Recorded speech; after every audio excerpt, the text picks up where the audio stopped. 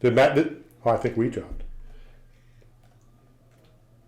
I think we're back. Matt, are you there? Did you hear what Miguel just said? Yeah, like we said, the internet here is struggling. But go ahead, Miguel. Say it again. You don't watch the Food Network channel. I watch a little Food Network, but mostly I'm on YouTube watching pizza videos and recipes and stuff like that to prepare when I get back home for the feast when I get back. Go ahead.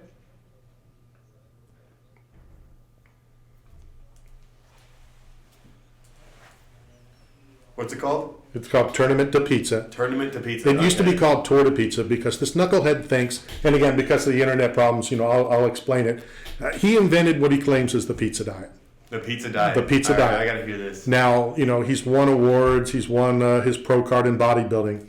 He rode a bicycle, not a moped, not a battery operated. He rode a bicycle from St. Petersburg, Florida to New York City. Oh, wow. Promoting pizza. If you ate ice cream every day for 12 hours and rode a bike from, Coral Gables, that bike ride won't last too long. Yeah. Exactly. So that's kind of, his little gimmick. But we do need to get you, to town, it's great gyms. You talked about Matt Arroyo and all that kind of stuff.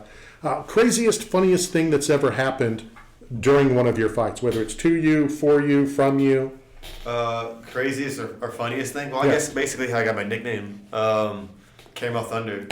I was in the amateurs, and we're preparing for a fight. I'm in the back, and before they announced us, this is maybe an hour or two before the fight. The announcer comes up to us and asks, so any nicknames, anything that you want me to introduce you as.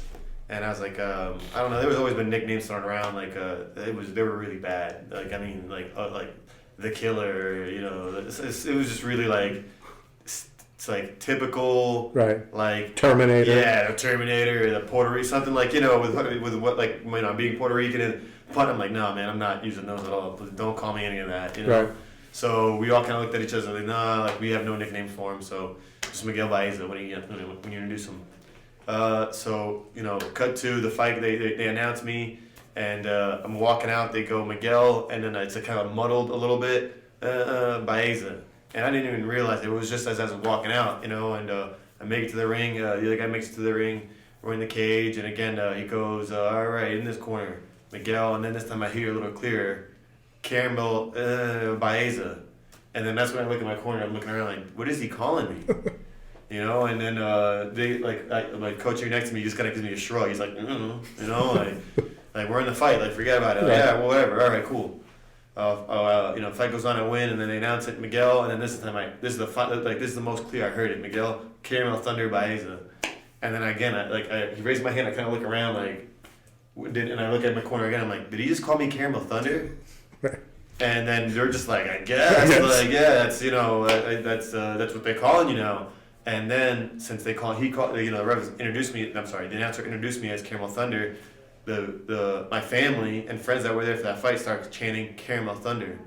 And I'm kind of waving them off no, that's not my name, Right. But they keep going, and then after the fight, it just became a running joke that I was Caramel Thunder. And I fought it off. Everybody thinks I picked that name. I did not want, that wasn't something that I was like, hey, your coach, call me Caramel Thunder. You probably looked at me funny, what? That's sounds like a daytime stripper. What are you talking about?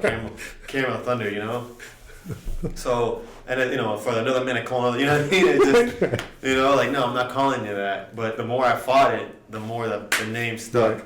So then it became, shut up, Caramel Thunder, what's up, Thunder? And it was me dude, but again, the more I fought it, the more it just stuck. And at that point, after months, I was like, all right, I'm Caramel Thunder. So now when you come to Vegas, you fight on Saturday, will you do, Magic Mike or Mike Mountain or whatever? Yeah, Magic Miguel. Magic Miguel. Okay, nice.